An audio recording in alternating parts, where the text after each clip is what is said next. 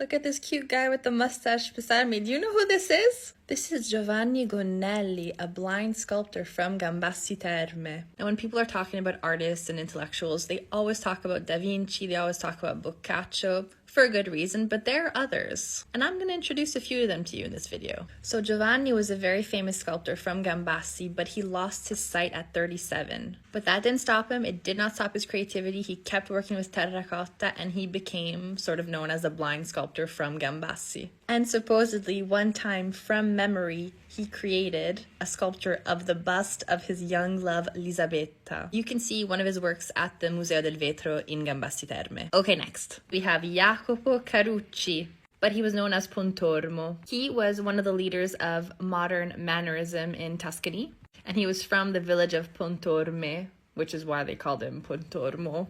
You know, it's close. You can actually visit the home where he was born and see a bunch of his sketches and his work. His diary, canvas paintings, a bunch of really cool stuff. And it's like a 30-minute train ride from Florence. Next, we have this very elegant man. This is Cosimo Ridolfi. Cosimo was an artist, he was a scientist, but most of all, he was an agronomist. And he lived in Villa di Meleto in Castelfiorentino. It was in this villa that he founded the very first innovative agricultural school in Italy. And he experimented with a new irrigation system called Aspina. And that system is still being used in the villa today.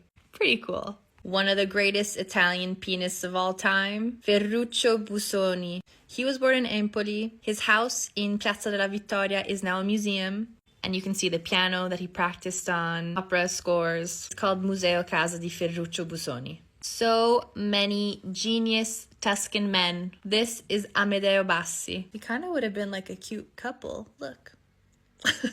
Amedeo was another genius of Italian music. He was born in Montespertoli, and he became one of the greatest tenors from the end of the 19th century to the beginning of the 20th century. Every summer there's the Amedeo Bassi Festival. And in Montespertoli, there's also a museum dedicated to him. It's in Piazza Niccolò Machiavelli. Last but not least, we have Indro Montanelli.